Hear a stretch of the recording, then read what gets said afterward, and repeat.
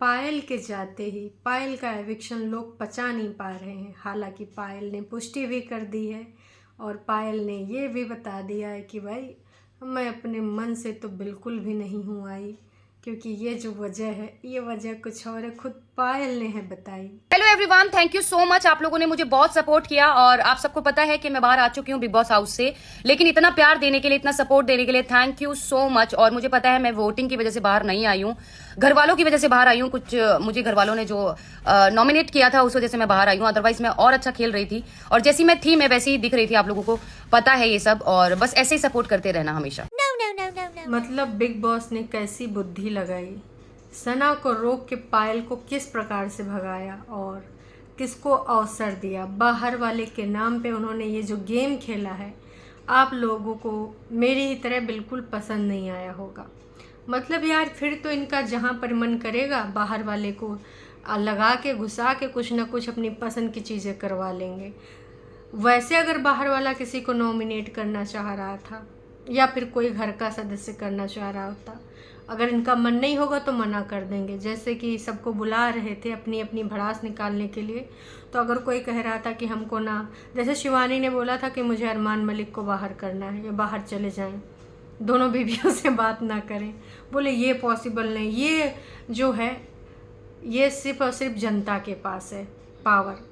तो फिर काहे भाई बीच बीच में तुम किसी कैप्टनसी टास्क में या फिर किसी बाहर वाले से नॉमिनेट करा के दो लोगों को निकाल देते हो, या फिर बोलोगे कि बाहर वाले ने ये डिसीजन लिया है।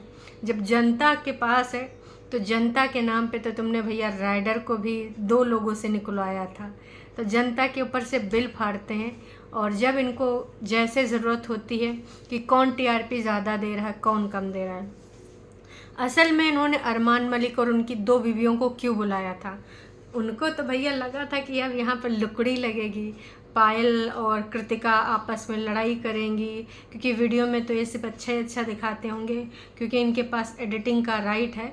तो ऐसा तो है नहीं 24/7 है, तो भाई एक बंदा दो बीवियों के साथ मैनेज कर नहीं पाएगा और बीवियाँ अपनी जो है बाल नचोवल खोपड़ी फड़ौवल वाला गेम कर लेंगी।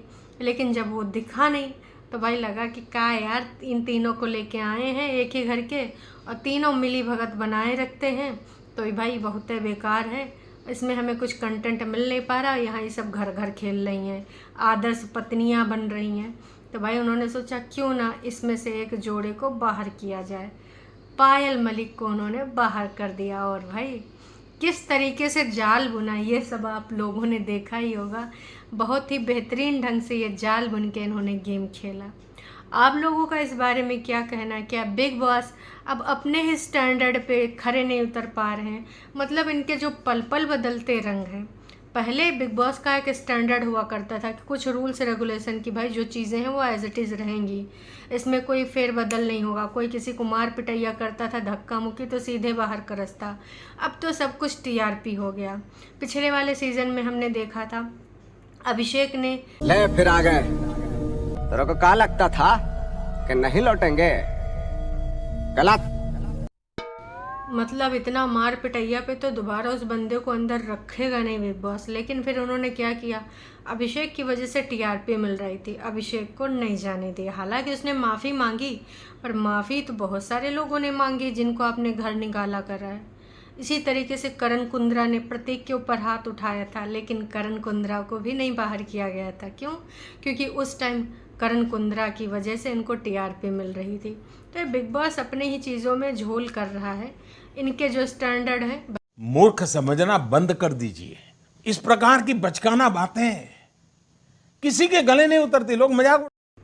ये जो अपने स्टैंडर्ड है ना उनको ही भुला दे रहे हैं, और अपने तरीके से जब इनको लगता है सुविधा अनुसार अपने ही रूल्स की भजिया तल देते हैं। कुछ ऐसा ही इल्ज़ाम दर्शक लगाते आ रहे हैं बिग बॉस पे विगत कई सीजन से, और इस वाले बिग बॉस OTT 3 में भी यही वाले इल्ज़ाम लग रहे हैं कि भाई तुमको पहले तो लगा कि दो बीवियों वाले पति को बुला लेते हैं, हालांकि तुम जनता के सामने क्या पेश करना चाहते हो ये कुछ नहीं समझ में आ रहा है। पहले ये क्या करते थे, नामी गिरामी लोगों को लाते थे, या तो कोई फेमस पर्सनालिटी होता था सीरियल का, टीवी का, या किसी बॉलीवुड जगत का, खेल का, है ना।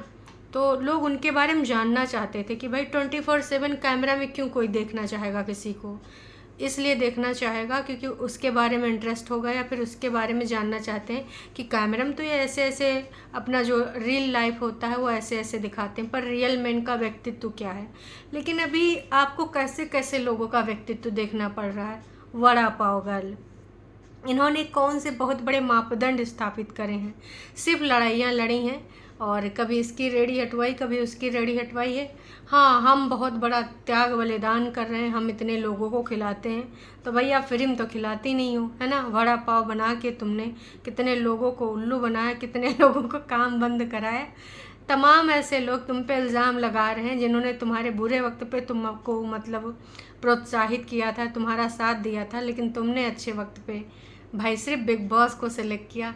और अब तो यही लग रहा है कि भाई तुम बिग बॉस में आने के लिए ही सारी उल्टी पुल्टी हरकतें कर रहे थे। अब अगर बिग बॉस का यही मापदंड रहा तो आने वाले टाइम में जितने भी यूट्यूबर हैं झूठी कंट्रोवर्सी करेंगे, क्योंकि इन्फ्लुएंसर तो इस बार इतने ज़्यादा भरे गए हैं यूट्यूबर, चाहे वो कटारिया हों, चाहे वो शिवानी कुमारी हों, चाहे वो भैया दूसरे जो अभी आए हैं विशाल पांडे, इसके अलावा अरमान मलिक, पायल, कृतिका, ये सब यूट्यूबर हैं। मतलब एक तरीके से आधे यूट्यूबर भरे गए हैं। क्यों? कुछ अलग करने पे, कुछ कंट्रोवर्सी करने पे इनको ले आते हैं कि जनता जानना चाहेगी, देखना चाहेगी। वाह जी वाह, ऐसे लोगों को अब ये लाएंगे, दिखाएंगे, और जो जनता है वो इन सारी चीज़ों को नकार रही है।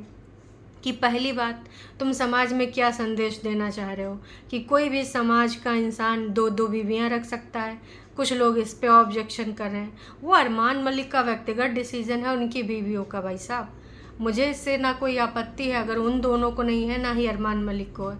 लेकिन आप जनता को क्या संदेश दे रहे हैं? ऐसा जनता कह रही है कि इस चीज़ को क्या आप सही कर रहे हो? मतलब यार, समाज के हिसाब से ये गलत संदेश जा रहा है। कि भाई अरमान मलिक ने खुद भी कहा कि हम तो भाई फंस गए शादी वादी करके, दूसरी फलान ढमाक, है ना।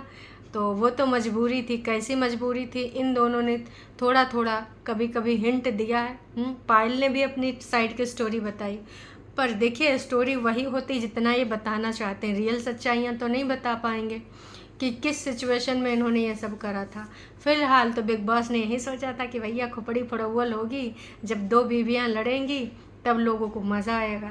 लेकिन जनता ने भाई इनके ऊपर इल्ज़ाम लगा दिया कि आप जनता में और समाज में अच्छा संदेश नहीं दे रहे हैं ऐसे लोगों को बुला के।